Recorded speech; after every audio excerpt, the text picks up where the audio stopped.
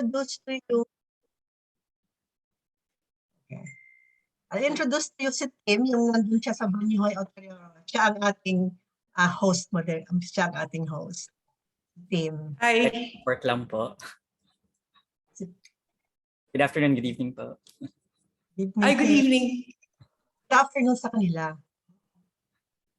And then that's Rafi and then M. Hi, Rafi.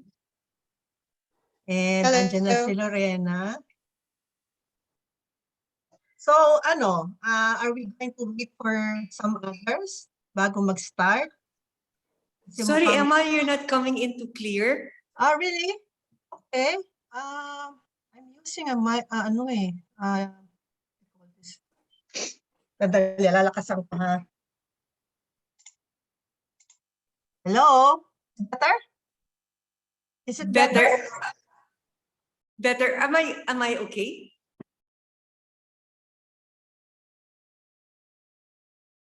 Emma, na-mute na ka. po kayo, Tita Emma.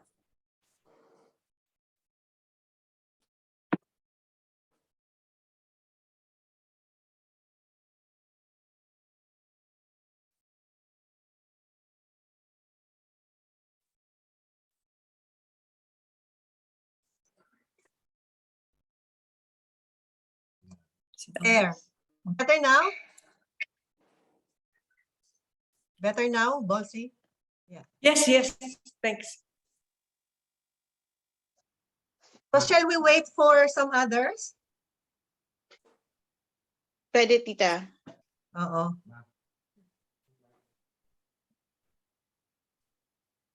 Okay.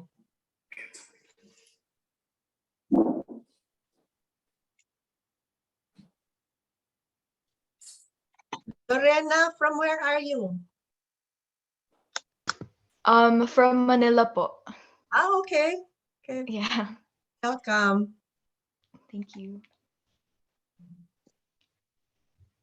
Ayan na, dumadating na sila. Pwede pa bang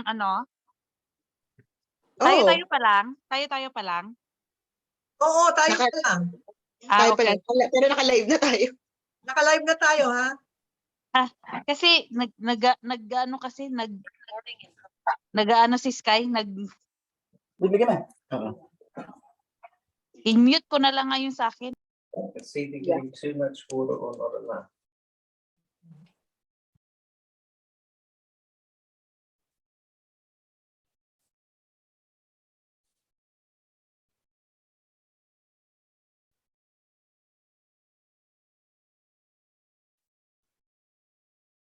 So where's Kiko na? Nawala siya.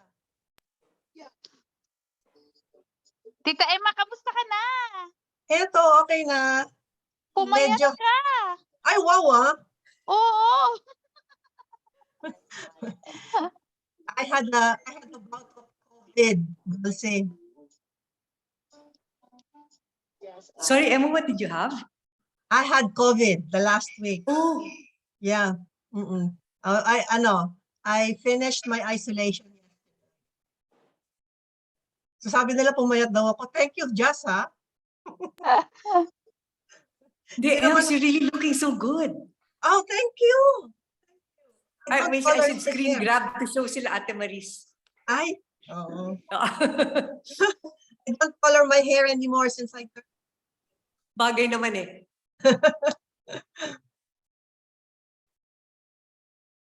Yes. So ilan na tayo? 11. 11. Shall we wait?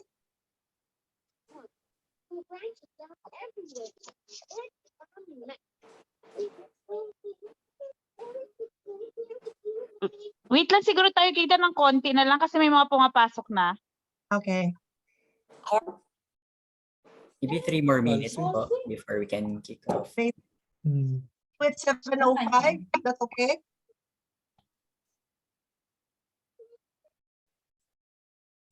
How many are your members?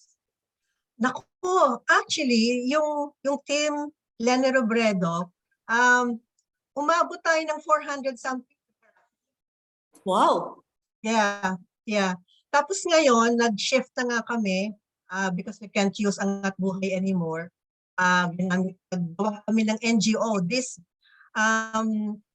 Banyuhay Authority is now an official NGO. Registered kami sa New Zealand companies.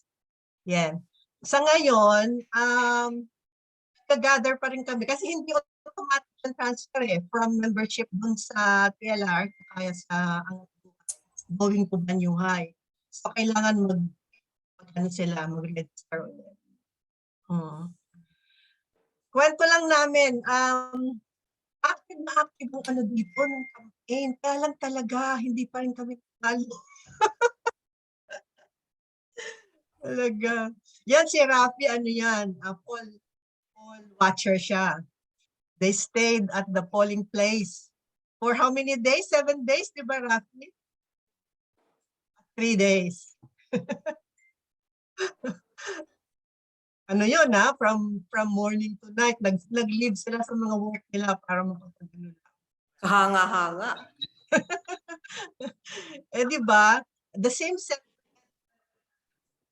snap election. You know, from experience, I could see the similarity. 6 and this 2022. Yung election ngayon, parehong-pareho. Yung enthusiasm, yung Volunteerism. Tapos yung kanya-kanyang gastos ng t-shirts, yes, ng posters. That's true. Actually, Tapos yung tulungan. Oo.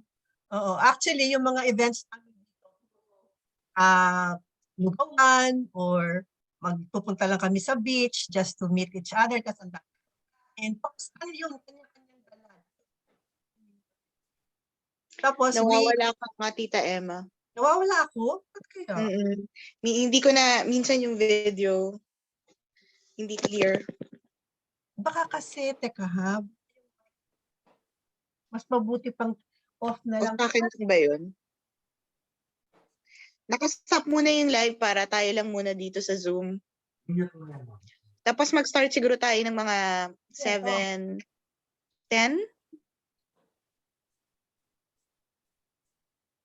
Oo, mga 7:10 kasi 15 na yung participants eh. 7:10. Tapos baka maayos ni Tita Emma yung kanyang kasi nawawala yung ibang hindi natatapos yung sentences mo, Tita. Or baka magbawas ng gumagamit kina tita, baka may nagsi-stream doon. Ayan, tas may echo ka, Tita.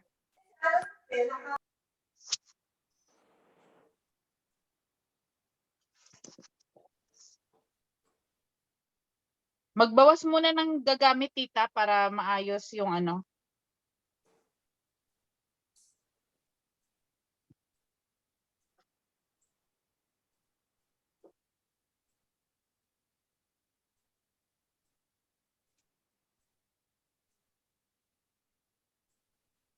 How about now? Better? Yeah, better. Ayan, better. Yan. Ano ginawa ni Tito Alan? In-off niya yung kanyang link. Yeah. Bawas ng connection.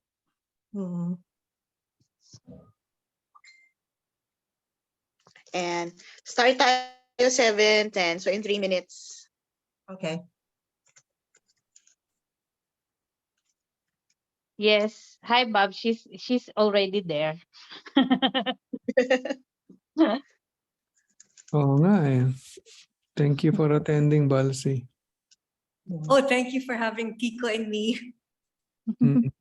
Nice to see you again.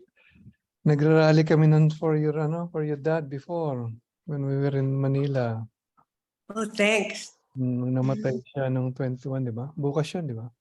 Oo. From where are you, Bob? From Albay. Okay. Bicol. And you're here in New Zealand? Dito, Wellington. Perhat kami sa Wellington. Hello. Hello.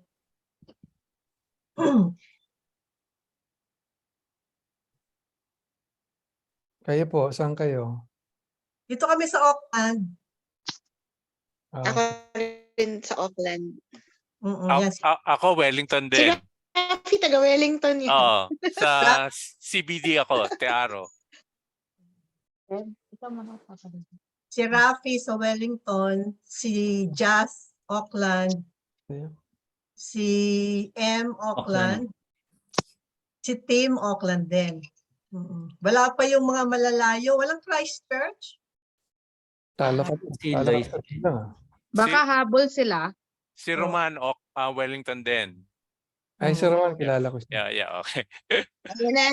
So we're about to start. Okay na rin yan. Hahabol na rin naman yung mga late na papasok. Oo. So papasukin na lang natin. Okay na. So, Mag-connect start mo sa na. Facebook. Start mo na May yung live Christchurch ulit sa na pala. Facebook. Meron ng Christchurch dito, so okay na. Hi, Hailey. Hi, Hailey. So, start na tayo ng Facebook Live, Tim. Okay. I-connect ko na siya. So, Connect mo na ulit. Tapos, Tita Emma, ikaw na bahala mag-intro pagka nag-go na si Tim na naka-Facebook Live na tayo. Okay. Tapos, pang-mute na lang. Yung ating ground rules.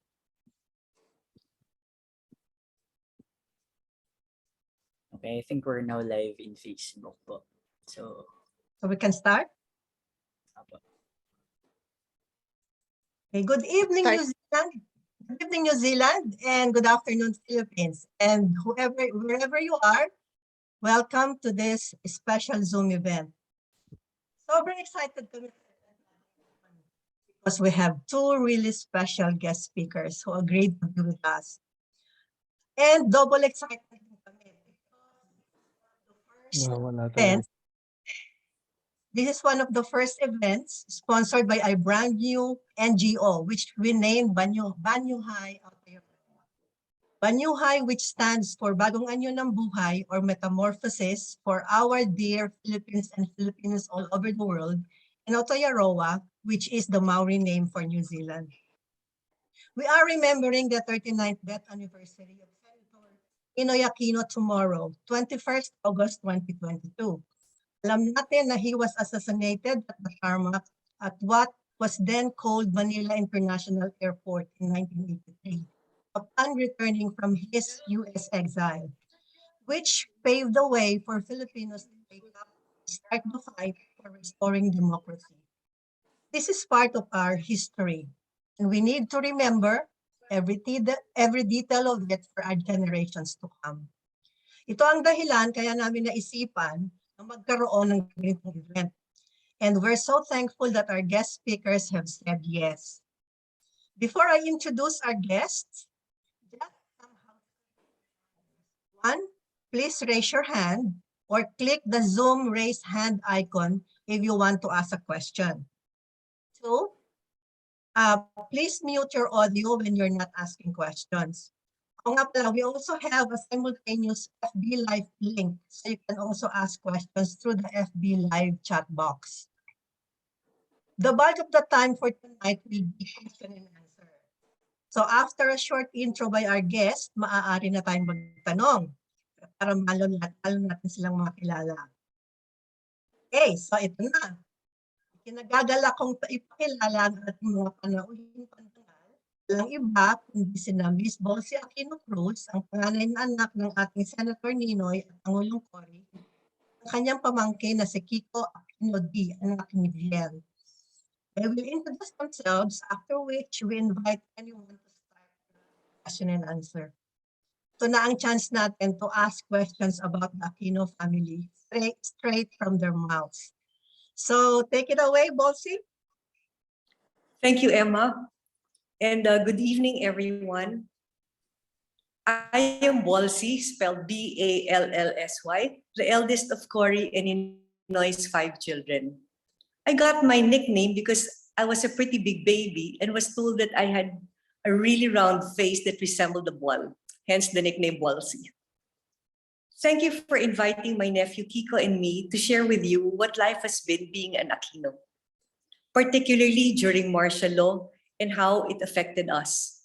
I had said before that like many families, our family had lots of highs and probably an equal number of lows. Our highs would be comparable to yours, but our lows were really extraordinary. There were times we felt like we were a deadly virus, worse than COVID. We experienced how friends, or I should say fair weather friends, avoided us, how they suddenly made U-turns, or how they would look the opposite way. I remember my mother attended a wedding with her sister-in-law because my dad had forced her to. He felt it would be embarrassing if she didn't go. He was locked up then in a military camp, and we tried to spare him of sad stories in the outside world, so he didn't know just how people were avoiding his family. Well, during the reception, no one sat with my mother and her sister-in-law. It was as if they were lepers during the time when Jesus lived on earth. We learned the hard way that anyone can show up and celebrate with you when you're up there, but the ones who stay by your side when things are not going your way, they are your genuine friends.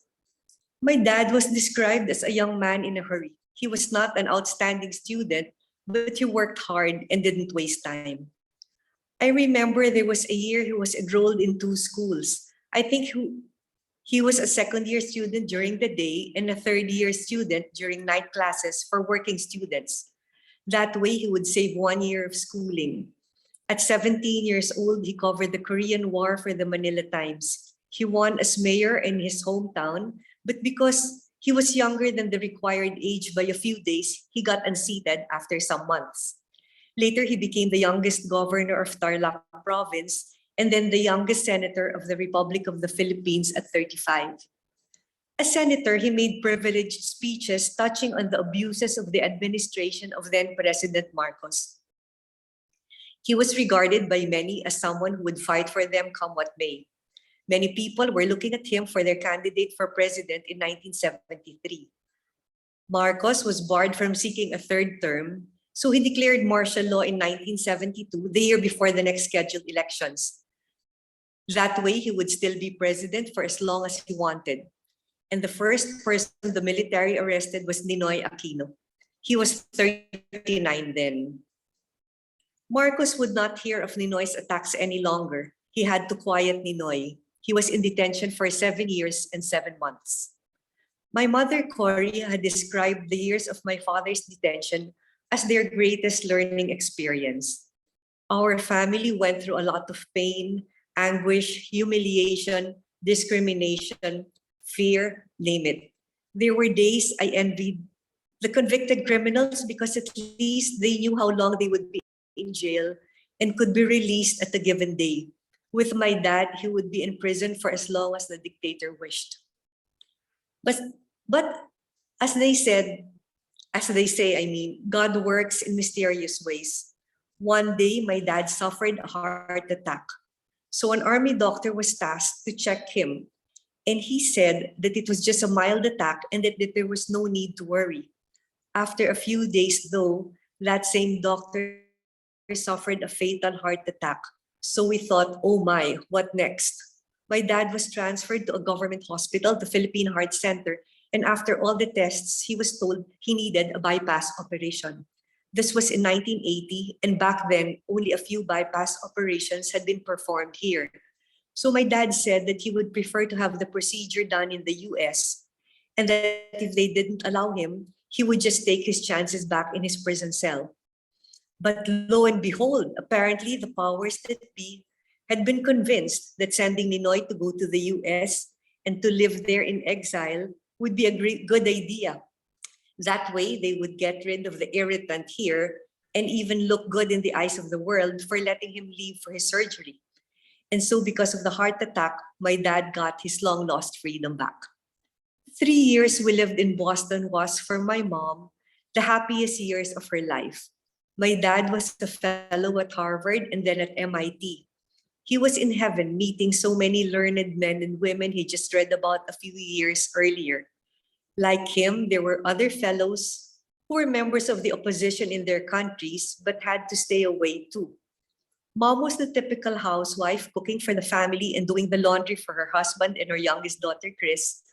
And when she did, that was when she did hers. My 2 younger sisters went to school and we older ones drove for my mom and sometimes for my dad. We lived a relatively relatively quiet and peaceful life managing on our own. But when my dad decided to come home because he believed it was time to, he was assassinated as he stepped down the plane. My mom wanted a quiet wake at our home, thinking that only a few would be brave enough to condole with us. But it was not to be. Dad's funeral was the biggest ever in the history of the Philippines. It took the funeral cortege 11 hours from the church to Manila Memorial Park, 9 to 10 hours longer than it would normally take, because so many people, many on foot, had come to join us and bid my dad farewell. My siblings and I tried to console ourselves, thinking with Dad's passing, we would at least lead quiet, normal lives. Little did we know that our mom would be president. Mom was different from Dad. First, she considered her privacy important. Early on, she and Dad had agreed that he would be the public servant and she would take care of their children and make sure they were well brought up. But like Dad, Mom would not be able to forgive herself if she could have done something and didn't even try. So when Marcos called for snap elections and the opposition leaders were saying only she could defeat Marcos, she went on a day of fasting and praying as hard as she never did for enlightenment. Well, because of people power during the peaceful EDSA revolution, Cory Aquino, the housewife, became president. She never pretended to be something she was not. From the time journalists started interviewing her soon after Dad's passing and asked if she would run for president, she said, "I have no ambition to be president. It was Ninoy who wanted to be president, and what do I know about being president?" But when destiny made her president, she gave it her all, overcoming several coup attempts. During her last State of the Nation address, she said, "I hope that history will judge me as favorably as our people still regard me. Because as God is my witness, I honestly did the best I could. No more can be asked of any man." When she passed, people braved the rain, stayed in line for hours to see her one last time.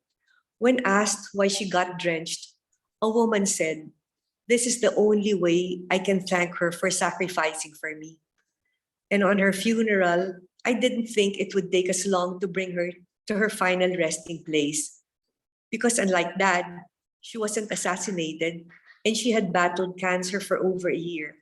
People were aware when she was going soon. We left the Manila Cathedral in the morning and she was finally laid to rest several hours after the sun had set. Again, we thanked all those who joined our family during this very sad day.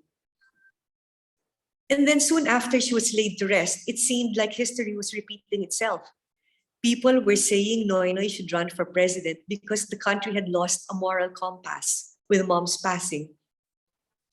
We felt and asked, why should someone from our family run for president again? We had been there and done that.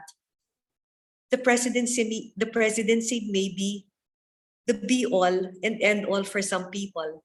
But for those with pure intentions, I think it means giving more of oneself, sacrificing more for the greater good. I believe many of you are old enough to have heard about Noynoy when he was president. So I should end this now since it's getting too long. Thank you for letting me share with you our story. Emma? Thank you so much, Bossy. That is something that we really need to hear again. So can we ask Kiko for his intro? Yeah, hi. Can you hear me okay? I had to change room to make sure the internet was okay. Okay po ba? Okay. Hi. So, I didn't really prepare too much of an intro because since it's August 21, my mindset right now is life in martial law, and I like maybe around that than either. So I don't really have much to add except I think the last few months, the last few years, siguro, it's really starting to dawn on me how some of the things that I just thought were like quirks, na like every person has weird things about them. I thought they were just quirks, but really kind of chased back to the experience of my family, no? So like, my mom in particular and medyo naman ako then we're kind of notorious for being parang flakers or people who don't like to go out so much or who like to be low key. And I thought that was just, just a preference. Pero parang hearing Tita Bolsi talk about yun during the time of martial law, yun parang we were like a virus and nobody wanted us to be around. And we ended up really, or my parents and my mom and her family ended up really valuing the people who were true friends to them. Parang that sort of made me think, baka kaya pala I was raised, not deliberately raised, I guess, pero naman ako yung pagiging medyo introverted. Kasi baka dun nanggaling sa experience ng martial law. Or, ayun. So, it's really been like the same way that I think right now we're sort of reckoning with our history again and rediscovering our history again. Medyo personal yung journey for me in that I'm sort of trying to dig my lolos and lolas old files and then try to put them together for people who want to do research. And it's sort of aside from just seeing like what was happening in history during that time, I'm also sort of asking myself what parts of my life were might have been influenced by this period that I was never really aware of growing up, and I'm only sort of becoming aware of now. I guess what I have real first-hand experience about was when Tito Noy was president. And ayun, parang Tita Bolsi talks about like the family experiencing the lowest of lows and the highest of highs. I think my generation was lucky in that we pretty much were just alive for the highs. Parang, like none. I never knew Lolo Ninoy. I was born in 1991, so that was the tail end of Lola Coy's president. I have no memories of her being president and the hardships she went through, the coup d'etats or everything.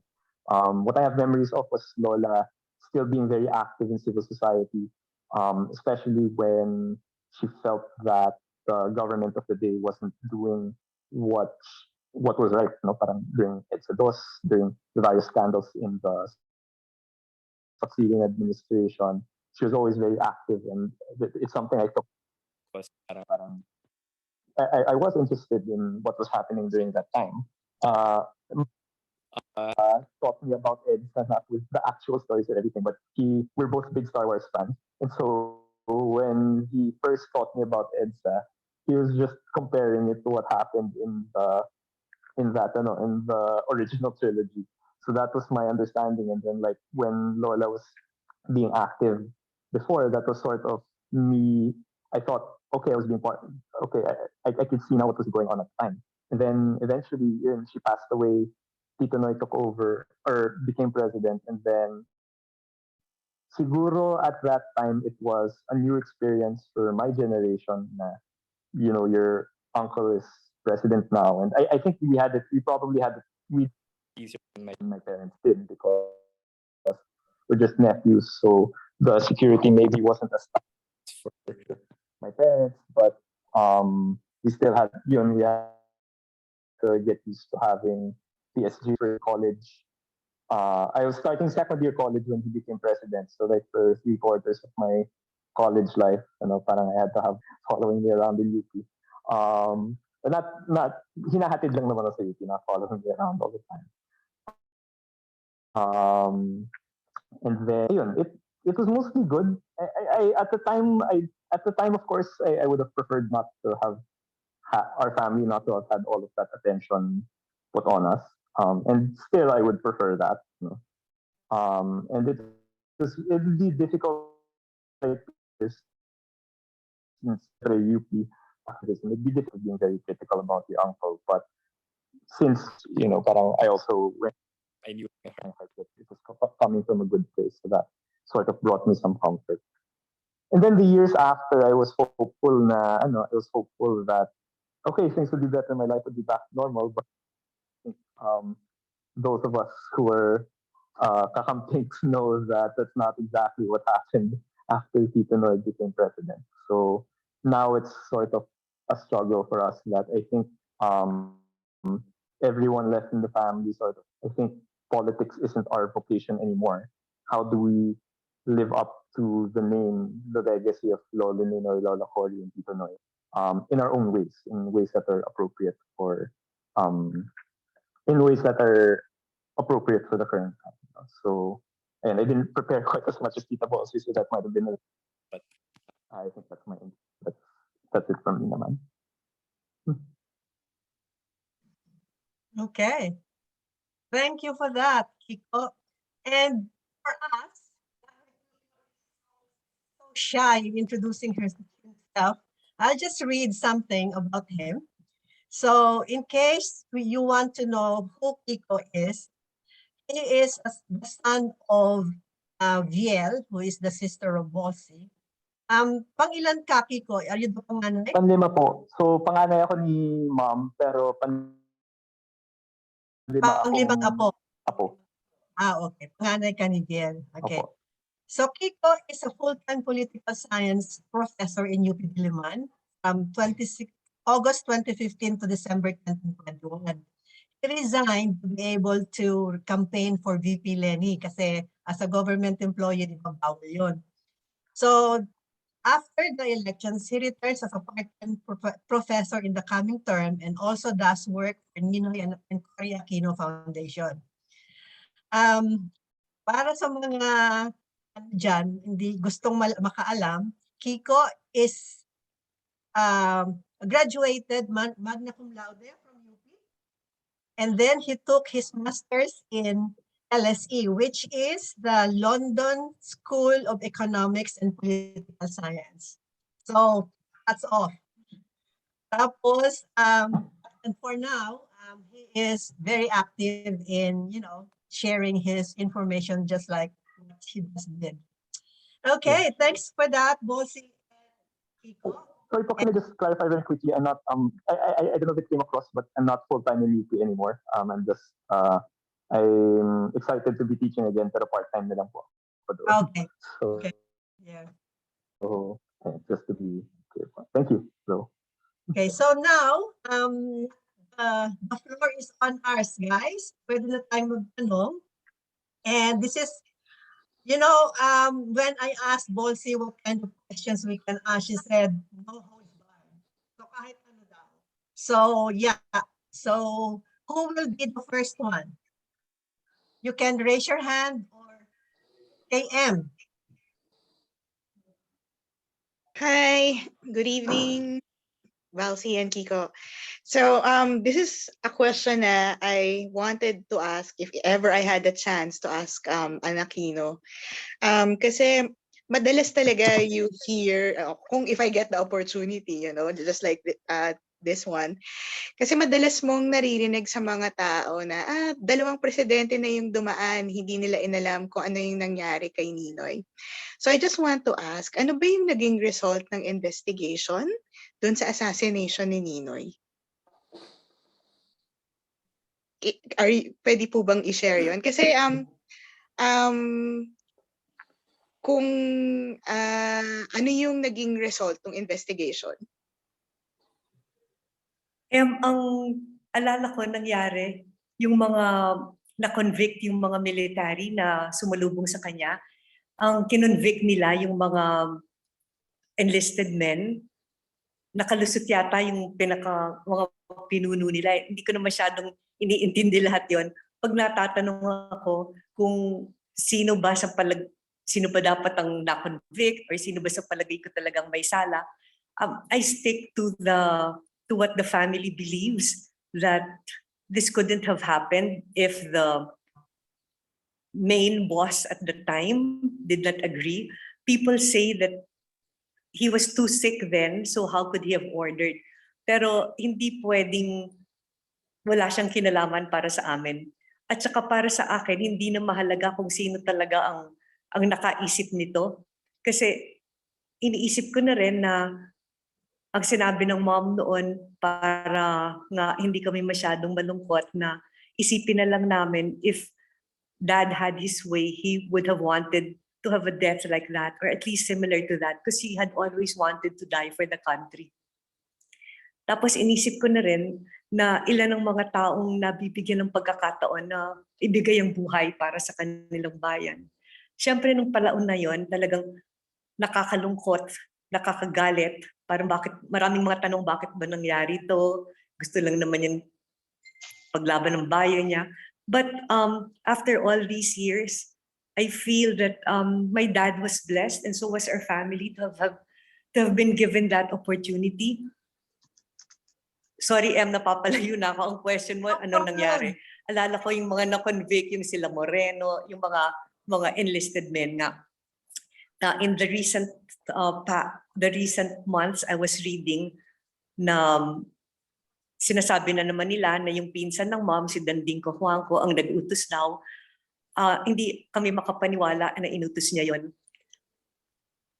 Mabalik ako na iniisip ko na lang yung mga magagandang nangyari dahil sa ginawa nila. At ayoko nang halongkatin pa yung galit or ibalik pa sa loob ko yung inis at kabwisitan dun sa mga taong yun.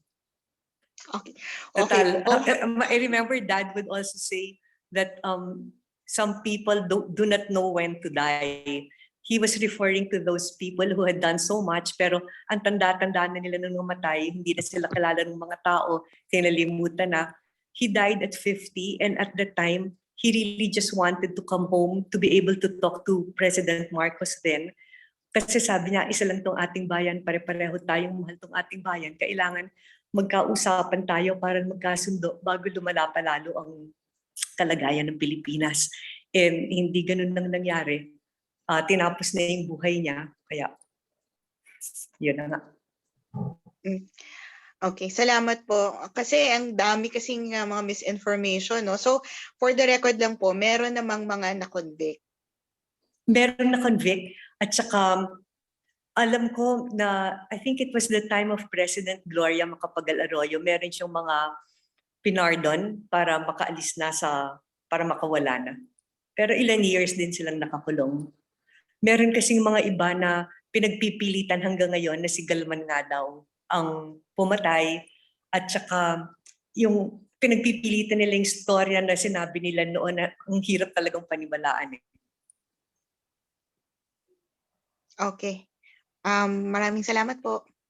Thank you. Salamat din. Thank you, Em, for the question. So now we'd like to hear from Rafi. Good afternoon po. Si Rafi po ako sa Wellington, New Zealand. Nung pinatay po si Ninoy, yun po yung naging political awakening ko. So, nasa university ako noon. So, naging active na ako sa Parliament of the States from then on. Pero knowing that, my question is for you, Balsi. So, despite belonging to a very prominent political family, aside from President Noynoy and Chris, you and your other sisters, Pink and Viel, understandably seem to prefer to have a very private life. Being a very private person, how do you personally deal with the seemingly extremely well-funded and organized public disinformation campaign against your parents' and your brothers' legacies? Thank you, Rafi. For the past years, that has been something bothering many people. I'm not really into social media, but I'm told that it's really terrible and really, and they even told me, don't even look at what we read or don't even look for these things because it will just upset you. I haven't read them myself, but I was told at least about the gist. I told myself that the truth will out and we don't have the money that they have. Kung baga, anong panglalaban natin dito? Wala tayong kalaban-laban. Pero meron tayong, ang kayamanan natin ay yung ating mga kaibigan at yung ating mga kababayan na ang gusto lang ay malaman ng katotohanan at mas kinaunti-unti natin kinikwento yung nangyari at binabahagi sa kanila. Aabot din tayo doon. Siguro magtatagal pa. Hindi naman kasi pwedeng magtagumpay, para sa akin at least ang paniwala ko, hindi pwedeng magtagumpay ang evil eh. It will take time and then I always tell myself that, God makes things happen in His time. We just have to have faith. Ibang tao sinasabi, Bolsi, puro ka na lang naman faith. Ayaw mo nang lumaban. Yun lang katotohanan, wala naman talaga kaming kakayanan para labanan ito. Kita naman natin kung gaano yung kanilang kampanya, kung anong naging resulta, ay hindi pa rin ako makapaniwala na 31 million yung bumoto, pero dami nga nilang bala para sa mga ganitong bagay. I just believe that, somebody up there is helping us, and even if we cannot fight them with the same ammunition that they have, the truth will out. Yeah. Maraming Ganun- salamat. Thank you. Thank you, Rafi. And yeah, ganun talaga yung yung naging tawag dito, naging psyche ng mga, sabihin na natin yung bang we just rely on faith, we just rely that truth will come out and that eventually everything will be right. Pero minsan nakakainit lang. Kaya lang, as Bolse, as you said, mahirap labanan talaga yung pader, lalo na kung yung pader maraming funding. So, yeah. Thanks, Rafi. So next, we'll call on Joe. Maraming salamat, Emma. Yeah. Susugan ko lang yung si Rafi kasi nasa the same age range kami.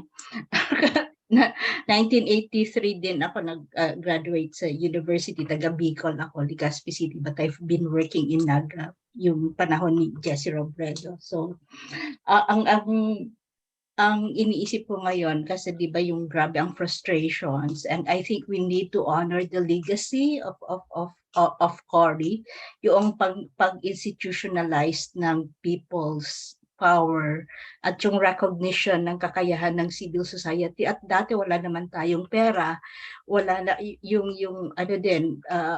grabe yung fear, pero naapawa natin yan dahil may mga taong nag-inspire sa atin at maraming nagsakripisyo. Ang tanong ko ngayon sa inyo, Bolsi at saka Kiko, what's the plan? Di ba yung may like Banyuhay at yung sila Lenny may NGO na kini-create, but the political awakening side needs to be given equal attention while we are giving, di ba yung parang economic alleviation, poverty alleviation project is a given, is a need. Pero what about yung diba, how do we protect the legacy of yung people's empowerment, at least yung sa constitution, diba, yung kasi institutionalized ngayon yung people's participation. How do we protect that kung ma-threaten, for instance, na mag-call for constitutional tawag dito change?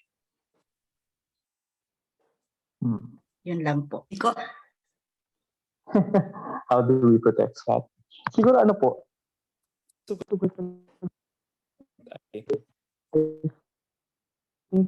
I agree that this is more me sa pag-aaral ng poli-sci kaysa me as an Aquino. Pero sang-ayon ako na parang kulang, admirable yung civil society going into development work, parang yung ginagawa ng Angat Buhay and everything. That's definitely a very productive way to channel yung think movement that emerged the last few months. Pero tama rin na hindi pwedeng pabayaan yung elected office.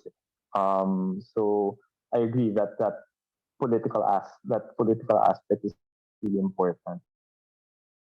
It's just that parang lang din kami, like when you talk about, to me, my cousins, when you talk about politics, parang naalala namin yung pinagdaanan ni Tito Noy na mahirap, or more recently parang there was one, hindi ko na maalala kung Christmas din ito, Easter din, pero parang yung mga ka-generation nila Tita Bo, tapos they were reminiscing about how during parang one coup attempt, nagsiksikan sila sa isang kotse para makatakas ng Malacanang. And I was thinking, just to be safe, no, during the coup. When someone when someone says politics to us, parang iniisip ko parang like it's not, ewan ko kung pagkukulang to or anything, pero I don't think it's something that parang it's not a responsibility that I think we're willing to take on really. But that's one. Pero how else can we fight? How else can we preserve? How else can we preserve that legacy? Ako at least yung pinoproblema ko ngayon is the work that I'm doing with Aquino Foundation right now has to do with collecting a lot of the just organizing all of the papers of Lola Ninoy, a lot of the archive videos of Lola Cory were also recently turned over to us, so I'm working to take care of that. I don't have an answer to that question, except that I realize it's a problem, and parang ayun, it's in a way a lot it's a lot like the Robredo campaign, which was it was a fight that was very difficult to win, and it's a fight that we knew would be going into it. But we didn't choose to do this fight because it was difficult, or even because it was clear that we knew how to win it. We chose to do the fight because we did. So ako, I don't know how to fight for democracy right now. I don't know how to fight disinformation and take care of the name of my family. Pero I'm doing what's in front of me. I'm under no illusions. I don't think it's enough. Pero ito yung nasa harap ko. And ayun, parang I'm willing to listen. There's so many things. There's so many new things I think that I need to learn, given or that we need to learn, given how this information works. It's such a new thing. How do we engage it productively? We're not just shouting at each other. So yun, no answers to the question, but except that what I'm sure is it requires people who are willing to fight, and even willing to do things that won't work right away, willing to do things that are insufficient in of themselves, but parang ayun, like sorry, this is a long way of saying that I don't have an answer, but except that it's something that I'm working towards, and ayun, parang it's a bit of moving around in the dark, but I think that's what's required, right? Sorry, may an answer. That's okay. Thank you. Thank you. Thank you, Joe. Actually, I just want to add sa sinabi ni Kiko na legacy should be pagpapatuloy. I think as a Filipino people, hindi na natin dapat iasa lang sa mga Aquino yung pagpapatuloy ng legacy. Sa makakapareho natin who knows the truth, siguro kailangan, kaya nga ang daming movement, di ba? Kaya nag-umpisa yung mga NGOs, nag-umpisa yung lahat ng mga projects kasi we would like to preserve the legacy of those people who actually sacrificed their lives for the Filipino people. And kailangan natin talagang magtulungan. So yun yun. Okay, next question from Tim, please. Hello, good afternoon. Eto, medyo kontra to sa take ni Tita Emma. Pero meron ba kaming maaasahan in the younger generation ng mga Aquino to enter the politics again, or maybe be more involved in terms of public service? No.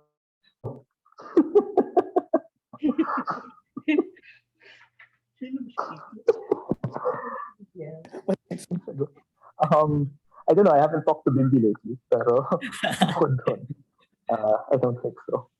Sorry, kasi yun parang it was again like yun policy yung inaral ko, so like gets ko na hindi talaga uubra yung demokrasya kung hindi matino yung leaders natin. Like, parang no system is immune to. So it's really important, right? Parang gets ko yun. But at the same time, parang wala. Parang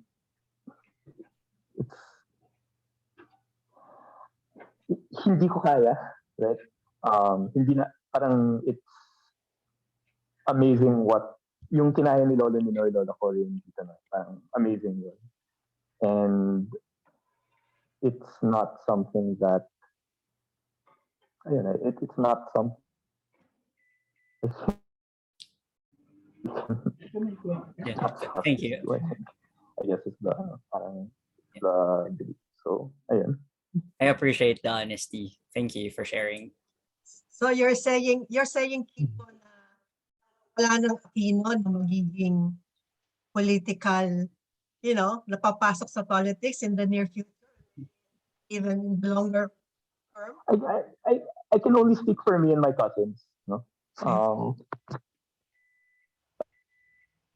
Okay. Thank you for your Ayun. honesty, Vincent. Ayun, parang other branch, like, ayun, I can only speak for me and my cousins. Pero parang nung huli kami nag-usap, parang I think that's not how we want to, that's not our vocation, and that's not how we want to serve the country. Right? Anything you can add, Boxy? Wala nang tatakbo. Mukhang tama si Kiko. Siguro dahil din sa aming mga alala ko nung unang tumakbo si Noy, dinala namin ni Pinky yung mga bata sa Tarlac para mag-house to house. Local elections kasi yon. Tapos chinempo namin na naglalalakad sila ng tanghaling tapat. Talagang napagod, namawis, nahirapan. Ilang taon lang sila noon. Sabi ni Pinky, ate, success yata tayo, hindi natatakbo tong mga to. We also made sure na hindi kami makapangasawa ng mga politiko. Hindi ko naman sinasabi na huwag mag-asawa ng politiko, pero tama na rin siguro kasi ang daming mga nagsasabi, Aquino na naman, o parang sila na naman. Hindi talaga namin ginusto. Pero both Mom and Noy didn't want to be president, pero yun nga, nung namatay ang dad, inisip nila kailangan ipagpatuloy ng Mom. At saka hindi daw mag-unite kung unless siya yung kumandidato. Tapos nung si Noy, kakamatay ng Mom na sabing, kailangan Noy, ikaw dahil nawala ng mommy mo. I remember in one meeting natanong ni Noy, teka, bakit kailangan isa na naman sa aming pamilya? Eh, talagang pinagdasalan din niya yon. Nagpunta siya dun sa kanyang Carmelite friend na pinuntahan niya sa Zamboanga, kinausap niya. He really needed prayers to help him decide. And then I would tell my kids that when my dad was a senator, I was just so proud of him. At ang feeling ko, ang galing niya talaga. Talagang kahanga-hanga itong mga senador, yung mga nakasama niya, sila Senator Tanyada, Diokno. Talaga naman mga napakagagaling na tao. Tsaka sabi ko, hindi ko naman nilalahat, pero ang dami kasi ngayon na parang hindi inabot yung inabot ng mga senador noon, parang nagbago na rin.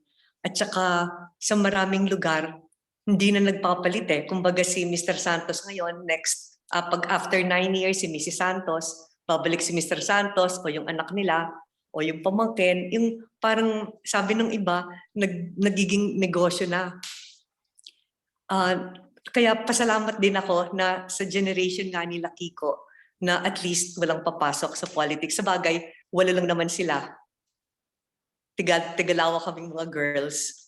Kaya siguro sinasabi rin, tama na muna mga Aquino, mga iba naman. Thank you for that. Next question, Bob. Hello, Bob here from Wellington, New Zealand. Na-remember kayo nung namatay yung dad mo, Nyo Balsi, na pumunta kami sa Santo Domingo.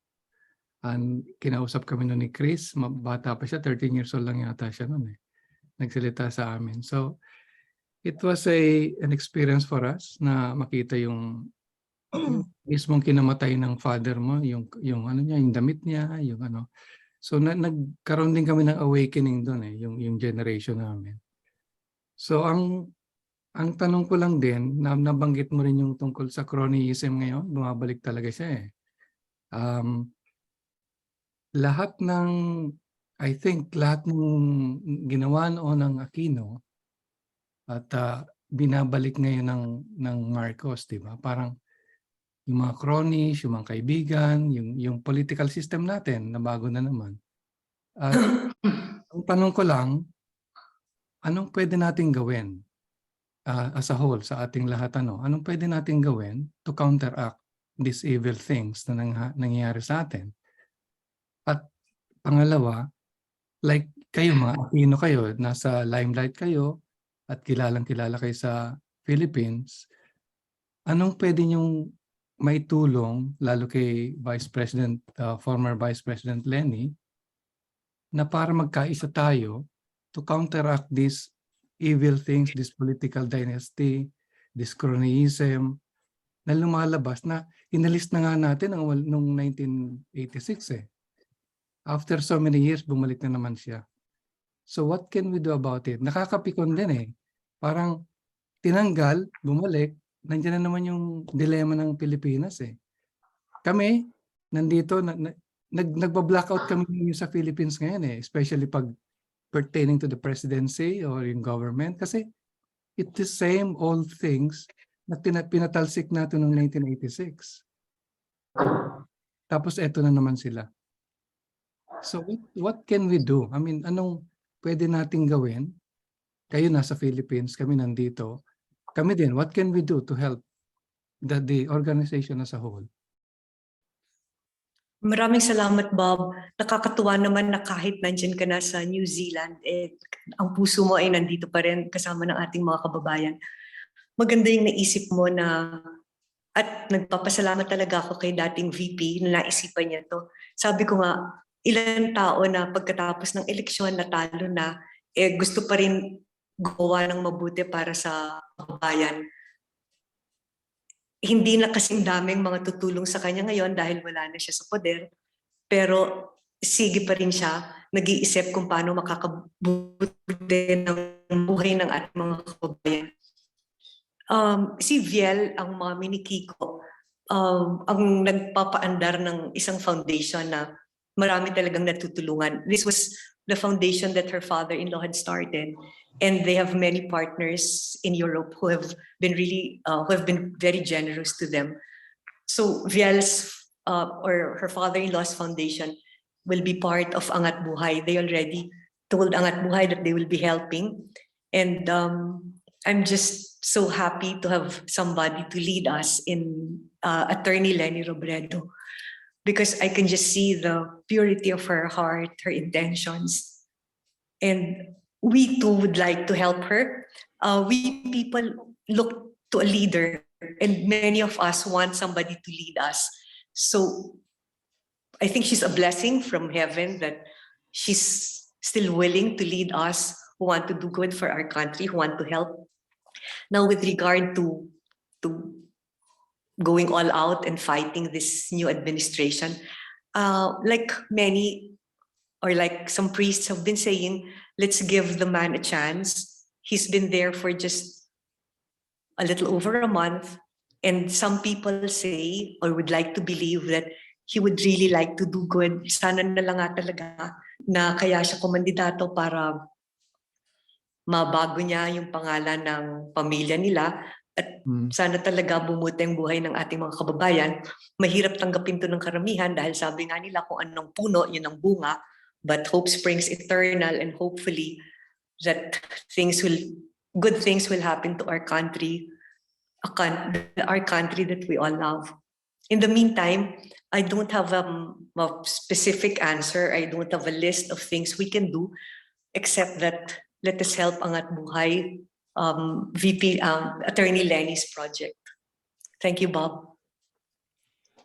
Thank you rin. Yun nga din namin dito na makatulong dun sa Angat Buhay. Speaking of the new president, ang ano ko dyan is he's part of it, di ba? Dun sa documentary, siya pa yung pumunta nag-utos dun sa Swiss para ma-withdraw sa Swiss account yung pera nila. So he's not innocent. So at yung platform niya, wala naman siyang platform eh. No platform government, this is just one word, unity. So it's kind of sad talaga na walang platform, nanalo, and then here he is. I don't know what he's going to do. I know we're going to give him a chance, of course, because ang nakasalali dyan, millions of Filipinos eh.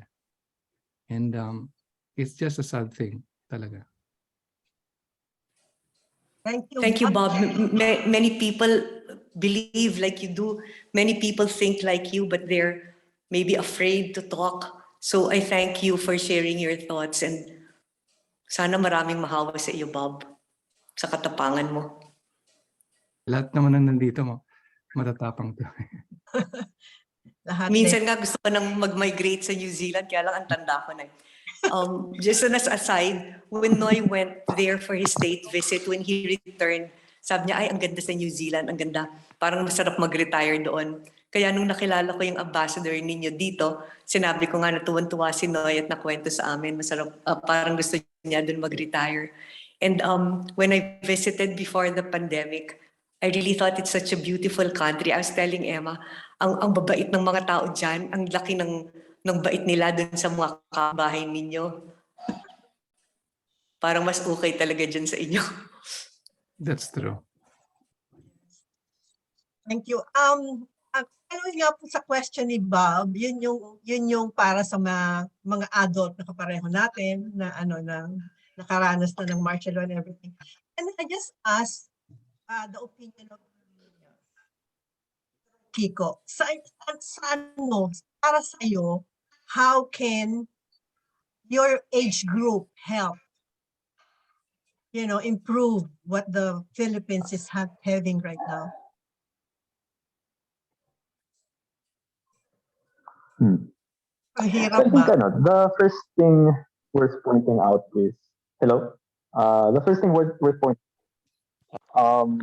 ito 2022 was the first election that is majority millennial pababa ang electorate natin, right? So yun, parang I think just to reinforce that point, parang kami na eh. Kami na yung we're the ones with the biggest voice now actually. So I think again, like Tita Bolsey, wala rin akong, I don't have, kumbaga answering that question for myself is already difficult. So parang it's hard for me to be the one saying to my peers or other people na ito dapat yung gagawin natin. Kasi kahit ako nga, parang medyo nawawala nga ako just to share my own process. I feel like it's what I personally feel is important right now is parang how do I take care of the names of these people who I really love, Lolo Ninoy, Lolo Cory, Tito Noy, which is why I'm trying to spend more time sa foundation working on that. Pero nagtuturo pa rin ako sa UP just because that's something I know how to do, something I'm comfortable doing, na kung legacy lang ang problemahin ko, that's something I have no idea how to really do. That's something that, kumbaga, my parents' generation being the humble people that they are, it's not really something they taught us how to communicate. So parang it's something that I have to learn myself. No? So parang, ayun, it's weird for me to say, ito dapat yung gagawin natin kung kahit ako mismo, parang I'm still in this very tentative stage na, okay, I vaguely want to work on legacy. I don't really know how to fight that, how to do it. But kumbaga yung groundwork behind it is what I'm sort of focusing on right now. Pero siguro just off the top of my head, I think a lot of people who had their first election, or every election is a lot of people's first elections. And for a lot of people whose first election was this year, I can imagine it being very disheartening. I remember, I'm a little obsessed with surveys. So I remember not the very last survey, but one of the later surveys. I think what it showed was that Lenny actually did better among Gen Z people. So yung talagang first-time voters. Kasi for me, pangatlong presidential election ko na to. So yung generation ko na pangatlong election na, kami yung medyo patalo na Lenny did not, I think like if you look at parang Lenny's vote by age, parang he did worse among my generation. Pero yung mga Gen Z, I think it was the oldest group that she did best in, and then Gen Z is the second highest. I don't know if that's what actually happened on the day of the election, but there was one survey na ganun yung itsura. So for that group of new voters that actually, I think, compared to my generation, overperformed for Lenny Robredo. I think what I hope is na sana hindi kayo ma-turn off sa elections, as hard as that is. No, parang I think there have been many elections that have been heartbreaking, not just for us in the Philippines but around the world. But ayun parang yung ipinaglaban ni Lolo, is idea that there is an end to bad leadership. If you have a bad elections, don't guarantee that your leader will be good, but they guarantee that at some point you'll have a chance again to change them. No, and baliwala lang yun kung hindi tayo boboto, right? So I think as disheartening as past elections have been, one very concrete thing is not to lose sight of these election days. I worry sometimes. I listen to people being very cynical about elections and saying baka wala nang use yung vote ko, why should I go out and vote? And it's very, very understandable. The majority of the elections I voted in, napigutin ako, but ayun, parang it's something it's a baseline for what we have to do. Again, it's not enough, but parang it's not enough, but kumbaga, I don't see a way out that doesn't involve elections. So we have to keep at it, even when things look difficult. And then after that, beyond that, what do we do in the time in between? August 21 is coming up, and what Tita Bossy, what the rest of the family feel is important is that we use this time, August 21, to not just highlight Lolo Ninoy, but really all martial law, all the heroes during that period. And it's August 21 tomorrow. And then in a month's time, exactly a month's time, it will be September 21, which is the 50th anniversary of the declaration of martial law. So I don't know if this will change anything, but at least do justice to those people who were victims, no? And ayun, parang one can imagine what it feels like to be a victim of martial law, these people that is. So I don't know if it will change anything, but just to do justice to them, just to make them feel that they're being seen, they're being heard. I think it's important that we try to surface these stories. Yes, Lolo Ninoy, but also all of the other people who gave their lives during that time, or for those of them who are still alive. Let's try to talk about these people a bit more, no? Talk about these people, not just a bit more, no? But it's not enough, but it's just, how do we do justice to these people? So, siguro yun. Thank you, Kiko. I'm just conscious of the time. Bossy just agreed hanggang 8:15. So, is there any other question that okay, Tim? Have you raised your hand, Tim? Okay. Meron akong isang tanong, Bossy. This is not political, but it's out of concern for us. Can we ask how is Chris nowadays? Oh, thank you, Emma. Unfortunately, they're still trying to give her the right treatment, the correct treatment. She has so many allergies that all the medicines that they've been trying haven't been working, or maybe they did, but then the side effects they were not too happy about because, as I said, she has so many allergies, from food to the plants to medicines. But the past day she's been in good spirits, and she says that there are times, well, because there was a time she was really feeling that she was about to give up because she was having such a difficult time. But then when she looks at the pictures of her sons, or when she sees them, then she knows she still has to fight because, like, as you know, Josh is a special boy and Bim is only 15. So that's keeping her fighting spirit even stronger. And thanks to many prayers, thanks to your prayers, at least the fighting spirit is still there. And she met a new doctor who I think has a team of other doctors who may be able to help her with the new things that have come again because when she left, she had 2 autoimmune diseases. I think now there are 4 with all the tests that they do in the US. Tests that we don't have here, maraming naglalabasan pa rin eh. Pero hopefully she'll get better. She's not even 90 pounds now. She's like 85, 86. And for the other treatments that they want to try, she has to put on more weight. She has to get a little bit stronger. So thank you, Emma. Oh, thank you so much for updating us regarding Chris. Kasi talagang, we're so concerned about her.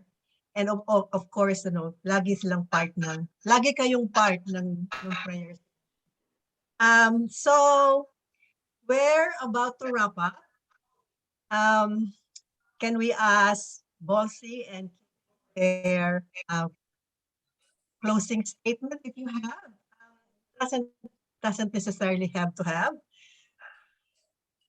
So, because you have, Kiko something. Yeah. Okay, so Ma'am Emma, and to everyone who invited us to speak, thank you very much for thinking to have us today and inviting us today. Parang it's paano ba? It's a very strange time for everyone, I think, for us, but for everyone. And ayun, parang I think the theme of a lot of my answers, maybe Tita Boss's as well now, is just a lot of uncertainty. No? And ayun, parang I don't, and if I'm comfortable, ayun, parang I think right now is what do we do? How do we do justice to Lola Ninoy, Lola Cory, Tito Noy, all of the victims of martial law? How do we I don't know if it's a matter of protecting or if it's a matter of restoring again the gains that they made, the things that we acquired because of their sacrifice. But again, it's uncertain. There's just a lot of uncertainty right now. And ayun, parang I get I understand the desire na parang we're looking for someone to take away that uncertainty, right? Parang but ayun, I guess the best that we can share with you is that we're there with you. We're uncertain with you. Is all we can say. We don't have the answers right now, or we don't have the answers right now. We're looking for them just like you, and I think ayun, parang that working in that uncertainty, doing little things that are on just plainly they're insufficient, but working towards them, just keep maintaining the strength to do those things and having sort of the faith to believe that at some point that let's put it all together to fight disinformation, fight for democracy. I think that's hopefully what we take away from today. No? Parang we're uncertain right now, and the actions that we're doing right now aren't sufficient. But ayun, I think one lesson from Lola Ninoy and Lola Cory is that it's faith that sort of puts together all of our individually sufficient efforts, transforms it into transform. So ayun, thank you again, and Okay, thank you so much. As a closing commentary, kwento ko lang yung aming layunin as Banyo. As I said, we are going to be partnering with Angat Buhay Philippines sa iba't iba pang Angat Buhay branches, chapters in other countries. Meron kaming direct connection sa yung dating PLR worldwide. Na ngayon ay iba-iba na yung pangalan because of the changes in the ng NGOs. For New Zealand, we realized, as much as people, we need to do our own little things as we are. So in New Zealand, we are actually focusing on disinformation and correcting false fake news. And we're doing this by, one, bumibili kami ng mga books, mga martial law books na in order namin sa Philippines, and it would be shipped over here para yung order makakaroon ng copy. Plus, we are going to request our local libraries to stock them. Kasi napansin namin na wala talagang books about martial law sa mga current stocks ng libraries ng New Zealand. So we are going to start negotiating for some books to be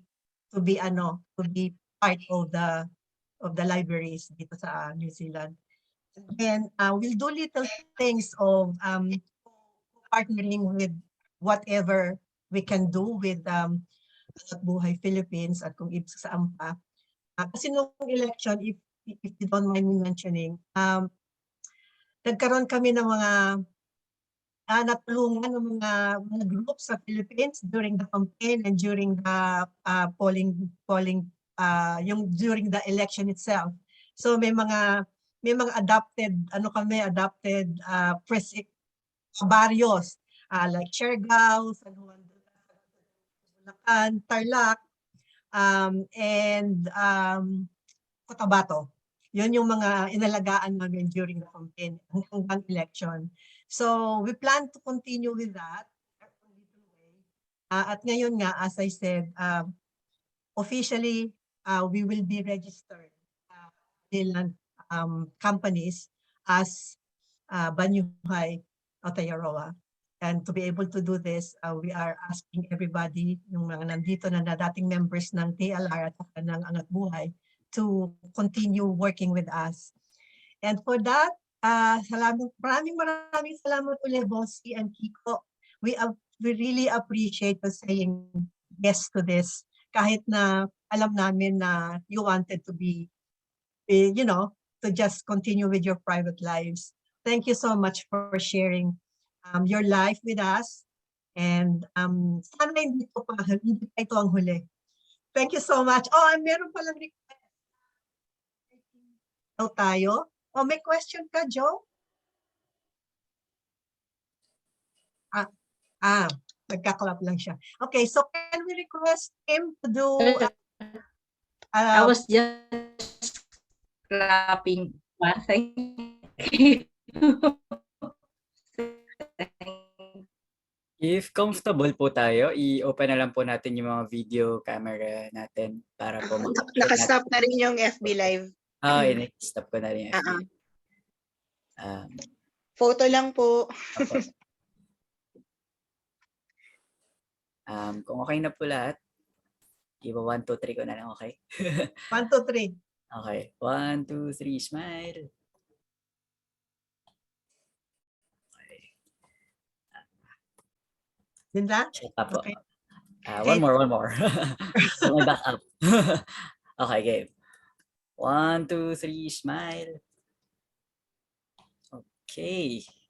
Great. Okay. So, Marami pong salamat. salamat. Thank you, Emma. Thank you to everyone. Thank you po. Thank you po. Thank you so much. Thank you very much for your time po. Salamat. And well done, everyone.